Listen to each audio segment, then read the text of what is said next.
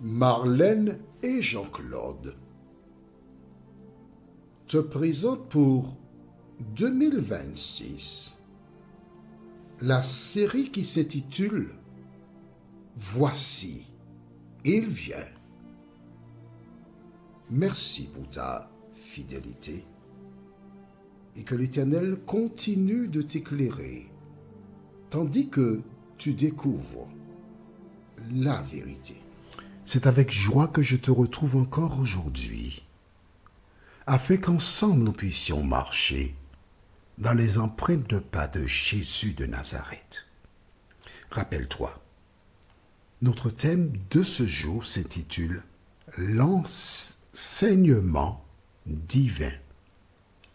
L'enseignement divin. La référence Somme 119, les versets 11 à 20. L'enseignement divin.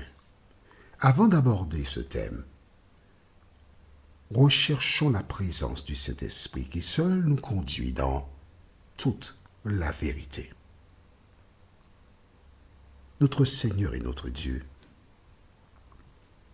nous sommes en train, en quelque part, de faire l'autopsie de la situation du jeune homme qui laissa la demeure de son père. Tandis que nous nous apprêtons à ouvrir la parole, merci cet esprit de nous conduire dans toute la vérité. Nous t'en prions. Au nom de Jésus pour ta gloire éternelle. Amen. Rappelle-toi, Jésus, à travers les 3 paraboles qui se trouvent dans Luc chapitre 15, il voudrait rappeler aux hommes le projet. Quel est le projet? Rappelle-toi que, écrit dans le cahier, Jean chapitre 5, verset 39. Jean 5, verset 39. Important que tu notes cette référence. Dans Jean chapitre 5, verset 39, Jésus déclare « Vous sondez les Écritures parce que vous pensez avoir en elles la vie éternelle. Ce sont elles qui rendent témoignage de moi. » Je reprends. Vous sondez les Écritures. Qu'est-ce que cela veut dire, sonder les Écritures? Vous allez jusqu'au fond, vous étudiez les Écritures. Pourquoi? Parce que vous pensez avoir en elles, dans les Écritures, la vie éternelle. Ce sont elles qui rendent témoignage de moi. Donc, les personnes qui constituaient l'auditoire de Jésus, ils connaissaient les écrits de l'Ancien Testament. Et dans les écrits de l'Ancien Testament, Dieu faisait un enseignement. Il donnait l'enseignement. Mais comme toujours, nous avons lu verset 39, tu peux lire aussi le verset 40. Et Jésus continue en disant, « Et vous ne voulez pas venir à moi pour avoir la vie. » Ouais.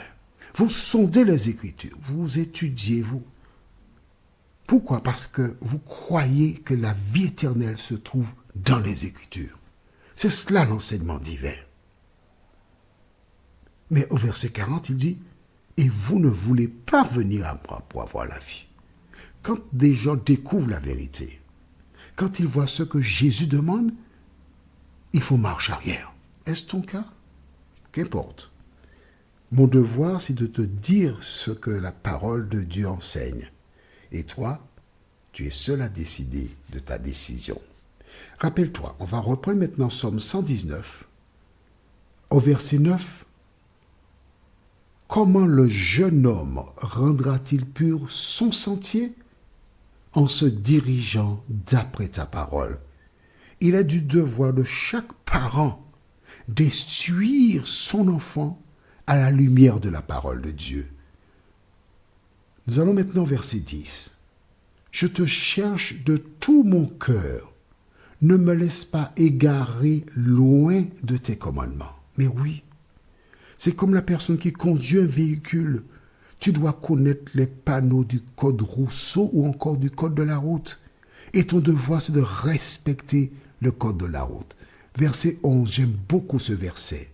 Je serre ta parole, où ça? Dans mon cœur. Voilà. Je dois serrer, je dois cacher. Mais pour serrer ou cacher la parole dans mon cœur, je dois la lire pour la connaître. C'est seulement lorsque je connais la parole, lorsque je la place dans mon cœur, elle devient le chauffeur de ma vie. Et la suite du verset déclare, afin de ne pas pécher contre toi, afin de ne pas transgresser ta loi. Tu te rappelles? Mais si, 1 Jean 3, verset 4. Quiconque pêche transgresse la loi, et le péché est la transgression de la loi. Rappelle-toi, quand David a entendu le verdict de Nathan, qu'a-t-il dit? J'ai péché contre l'Éternel. Le jeune homme qui est revenu chez son père, qu'a-t-il dit? J'ai péché contre toi et contre le ciel. Que ce soit dans l'Ancien Testament ou dans le Nouveau, le péché est présent partout. Mais la solution au péché, c'est Jésus de Nazareth. Continuons maintenant au verset 12.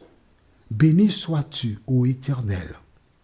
Enseigne-moi tes statuts. De mes lèvres, j'énumère toutes les sentences de ta bouche. Je me réjouis en suivant tes préceptes, comme si je possédais tous les trésors. Je médite tes ordonnances. J'ai tes sentiers sous les yeux. Je fais mes délices de tes statuts. Je n'oublie point ta parole.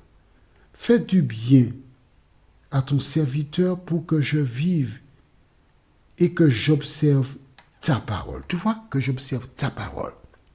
Si le jeune homme, le plus jeune, avait pris le temps pour étudier ce que nous lisons, s'il marchait selon cette parole, s'il avait fait de cette parole son leitmotiv, il n'aurait certainement pas été séduit par l'ennemi. Mais quand tu ne lis pas la parole, tu ne la connais pas.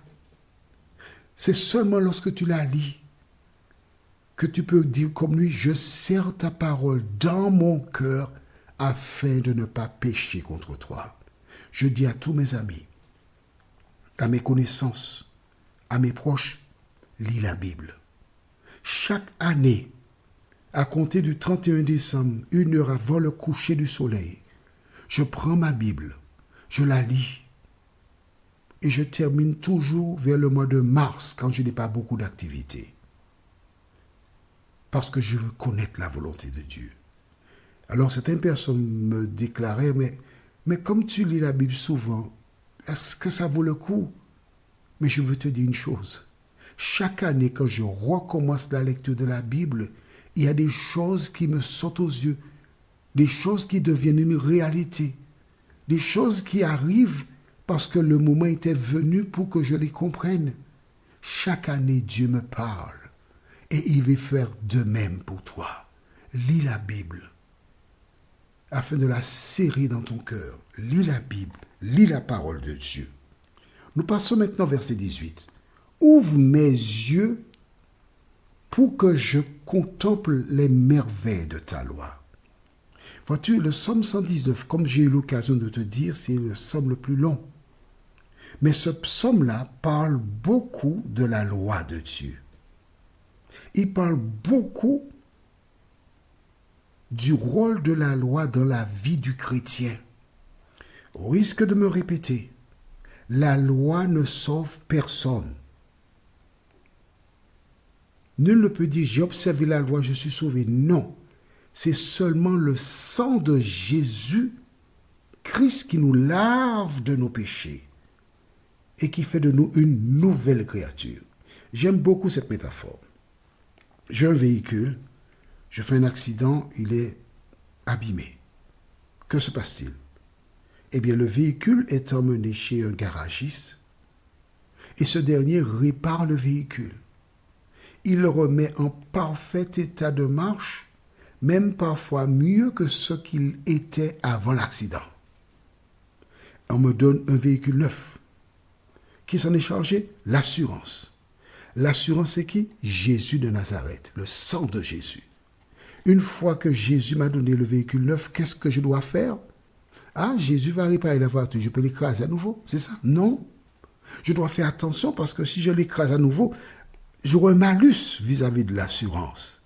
Quand Jésus m'a béni en me permettant d'avoir à nouveau un véhicule en état de marche, je dois faire attention, respecter les panneaux, ne pas conduire sous l'effet de l'alcool, etc., etc., de telle sorte que je n'ai pas à faire appel aux ambulances pour m'emmener à l'hôpital me faire soigner. La grâce, c'est ça. Lisons maintenant verset 19. Je suis un étranger sur la terre. Ne me cache pas tes commandements. Mon âme est brisée par le désir, qui toujours la porte vers tes lois. Amen. Lorsque tu lis la parole, ton âme, ton être te pousse à aller vers la loi de l'Éternel. Parce que la loi de l'Éternel restaure l'homme, restaure la femme et permet à cet dernier ou à ce dernier d'être conforme à la parole de Dieu. Notre prochaine étude on sera toujours dans le livre de Psaumes. L'enseignement diversitaire aujourd'hui, la prochaine étude sera mon plaisir. Psaume 119, versets 21 à 30. Mon plaisir. Prions. Notre Seigneur et notre Dieu, merci pour la parole. Merci de nous conduire pas à pas dans la vérité. Merci de nous rappeler que la seule manière que nous pouvons vivre heureux avec toi, c'est tout en étant dans ta maison, respecter les règles que tu as établies pour notre bonheur. Merci de continuer de nous éclairer, Seigneur, et de nous faire du bien comme toi seul peux le faire, nous t'en prions. Au nom de Jésus et pour ta gloire éternelle. Amen. Que l'Éternel continue de te bénir et il me tarde de te retrouver. Nous sommes parvenus au terme de notre réflexion. Si d'aventure tu as une question, il te suffit d'envoyer un message par le biais de WhatsApp au numéro suivant, plus 596 696 88 93 93. Et alors Jean-Claude, moi, je me ferai un réel plaisir de répondre à ta question.